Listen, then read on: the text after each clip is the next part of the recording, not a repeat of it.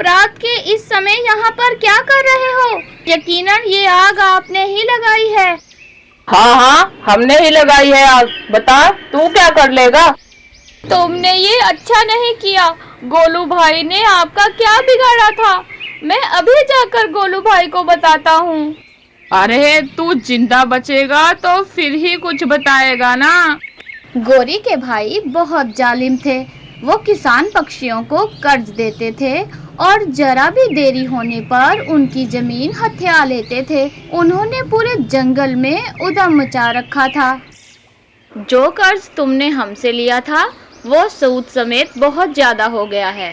तुम्हारी जमीन भी उसके मुकाबले में कुछ नहीं। इसलिए आज से ये जमीन हमारी हुई। तुम इस खेत में मजदूरी करोगे या जंगल छोड़कर जाओगे, ये अब तुम्हारी मर्जी है। जी भाई, मैं समझ गया, मैं मजदूरी कर लूँगा। बड़े भाई, इस बार हमारी फसल बहुत अच्छी है।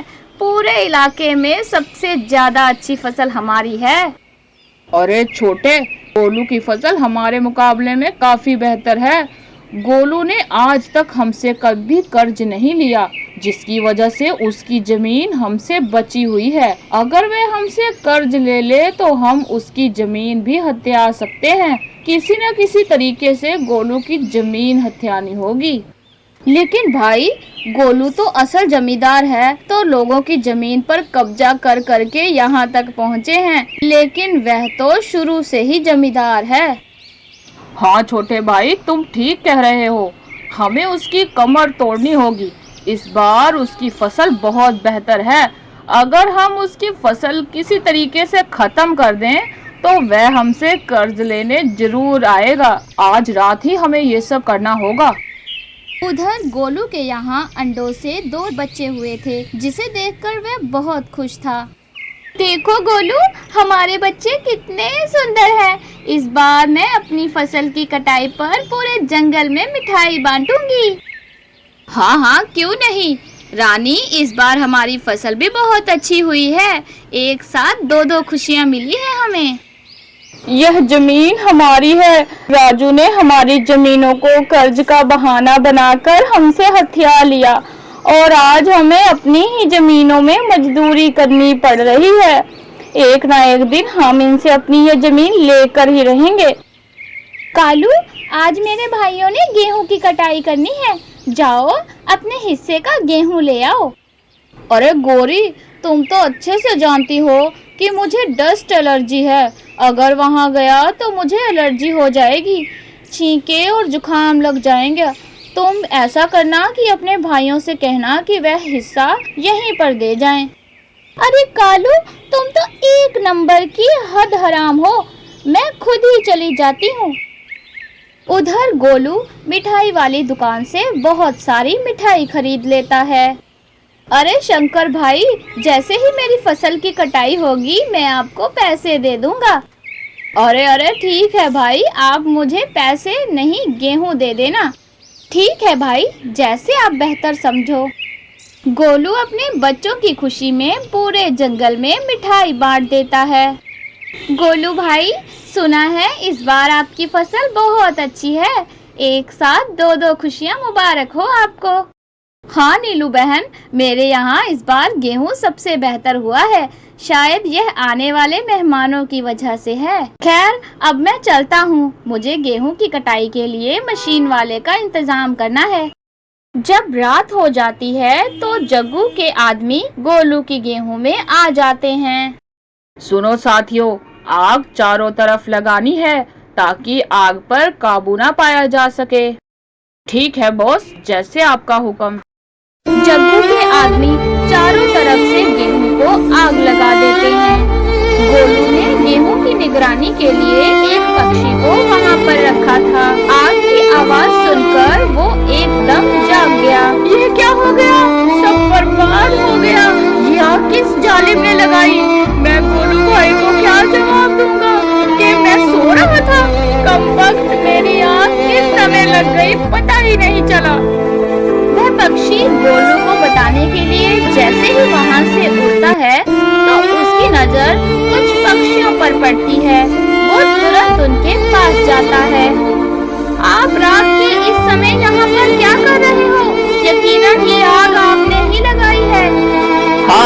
हमने ही लगाई है आग। बता तू क्या कर लेगा? तुमने ये अच्छा नहीं किया। गोलू भाई ने आपका क्या बिगाड़ा था? मैं अभी जाकर गोलू भाई को बताता हूँ। अरे तू जिंदा बचेगा तो फिर ही कुछ बताएगा ना। पीछे खड़ा पक्षी उसके पेट में खंजर से वार करता है, जिससे उसकी वहीं पर मौत हो जाती है।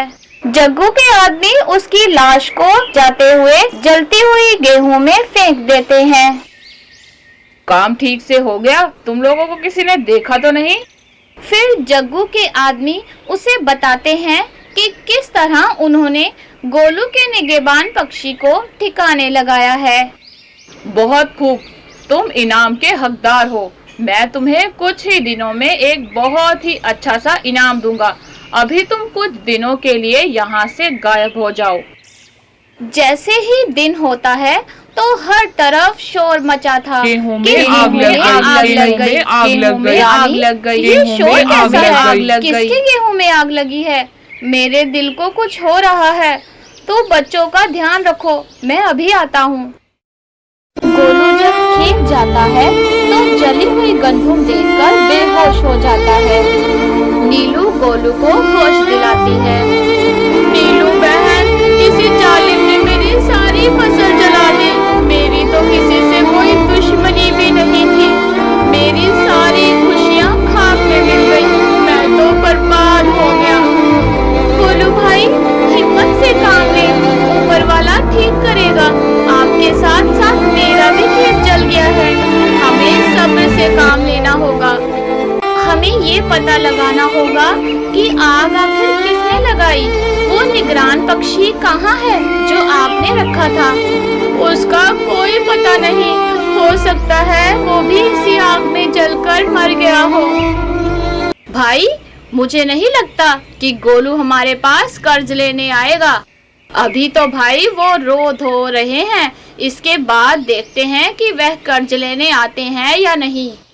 कालू, तुम जाओ और जाकर गोलू से अफसोस करो और उसे हमसे कर्ज लेने पर राजी करो। किसी की नजर हमारी खुशियों को खा गई। हमारी तो किसी से दुश्मनी भी नहीं थी। गोलू भाई, आपका सुनकर बहुत दुख हुआ। आपने तो कभी किसी का बुरा भी नहीं चाहा। हर एक के लिए अच्छा सोचते हैं। फिर भी पता नहीं किसने आपसे किस चीज का बदला लिया।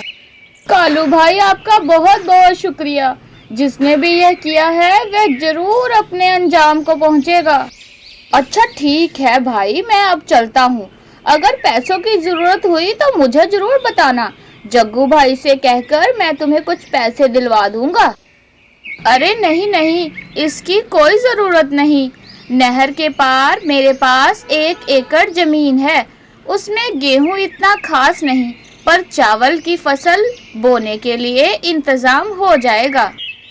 कालू, जब मैं इस जंगल में ब्याह की आई थी तो सभी पक्षियों के पास कई कई जमीनें थी, सिवाय एक तुम्हारे। क्या तुम्हारे पिता ने सारी जिंदगी मजे ही उड़ाए हैं? कुछ बनाया नहीं तुम्हारी तरह? गोरी, मुझे ये बताओ, तुम्हारे पिता ने क्या बनाया? एक जमीन भी नहीं थी आपकी। तुम्हारे भाई चोर डाकू हैं। गरीबों की जमीनों पर कब्जा कर करके यहाँ तक पहुँचे हैं। आई बड़ी बातें सुनाने वाली। इसका मतलब ये हुआ कि वह हमसे कर्जा नहीं लेगा। फिर उसका कुछ और ही सोचना पड़ेगा। आज उसके नहर वाले खेत में कटाई शुरू हो गई होगी। वह गेहूं लेकर इसी रास्ते से गुजरेगा। आज और अभी इसी वक्त उसका काम तमाम कर देते हैं। याद रहे, उसकी नस्ल में कोई भी नहीं बचना चाहिए। हम यहाँ छुपकर सब देख रहे होंगे। जिस किसी ने भी हमारे गेहूं को आग लगाई है वह अब भी हमारे पर हमला करेगा।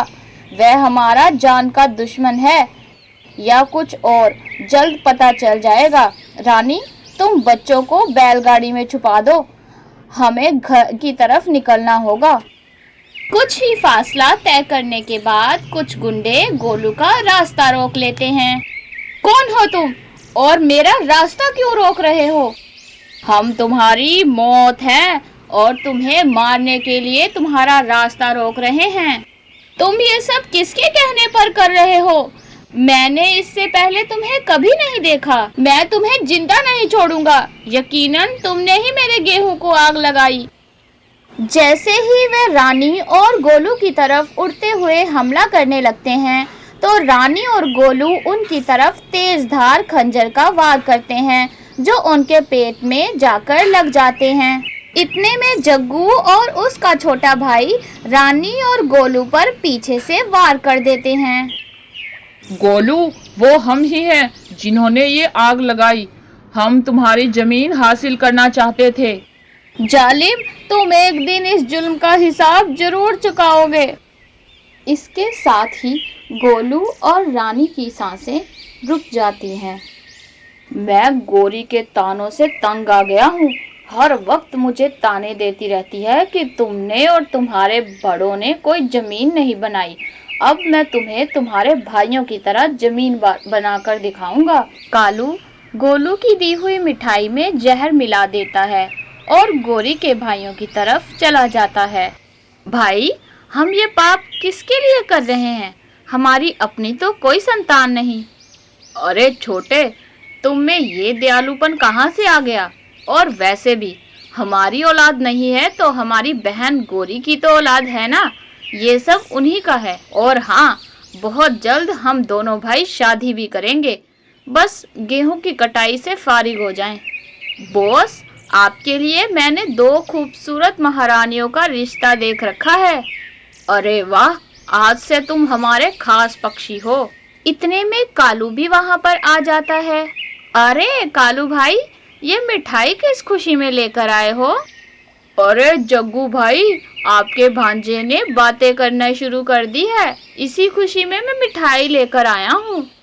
अरे वाह, ये तो बहुत खुशी की बात है।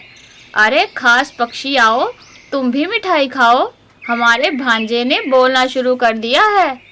उधर गोलू और रानी को मरा देख 2 पक्षी वहाँ पर रुकते हैं।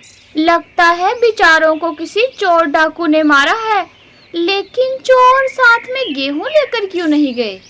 पिंकी, मुझे ऐसा लग रहा है जैसे किसी के बोलने की आवाज आ रही है।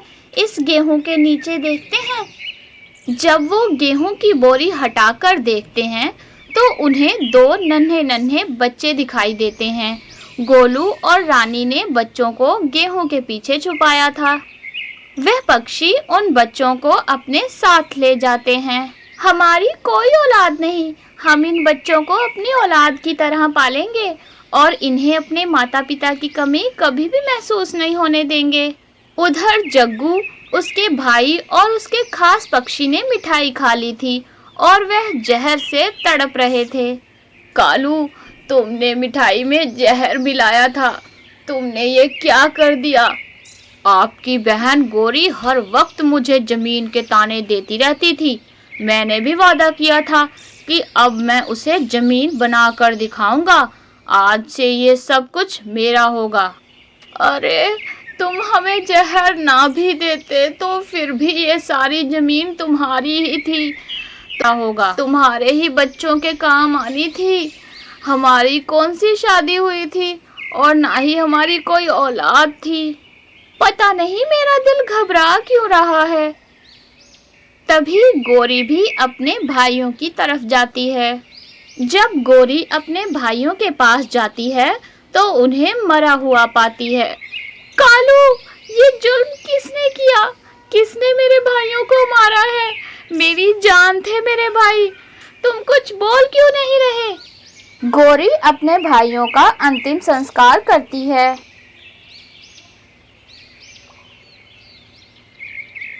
गोलू और रानी के बच्चे अब काफी बड़े हो चुके थे। अब हमारे बच्चे काफी बड़े हो गए हैं, हम इनको इनके पुराने घर ले जाते हैं। हमें पता करना होगा कि इनके माता पिता को क्यों मारा गया। क्या इनका कोई और भी है? नीलू गोलू और रानी का अंतिम संस्कार करती है। पता नहीं गोलू और रानी के बच्चे कहाँ हैं, मुझे उन्हें ढूंढना होगा।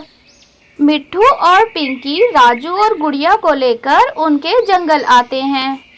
नीलू बच्चों को देखते ही पहचान जाती है कि यह गोलू और रानी के बच्चे हैं। नीलू मिट्ठू और पिंकी को सारी हकीकत बताती है कि यह सारी जमीन गोलू की है और उन्हें क्यों मारा गया।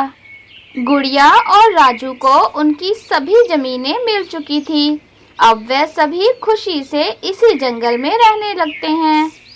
इस कहानी से हमें यह सीख मिलती है कि हमें दूसरों के माल पर बुरी नज़र नहीं रखनी चाहिए और जुल्म का अंत एक ना एक दिन जरूर होता है।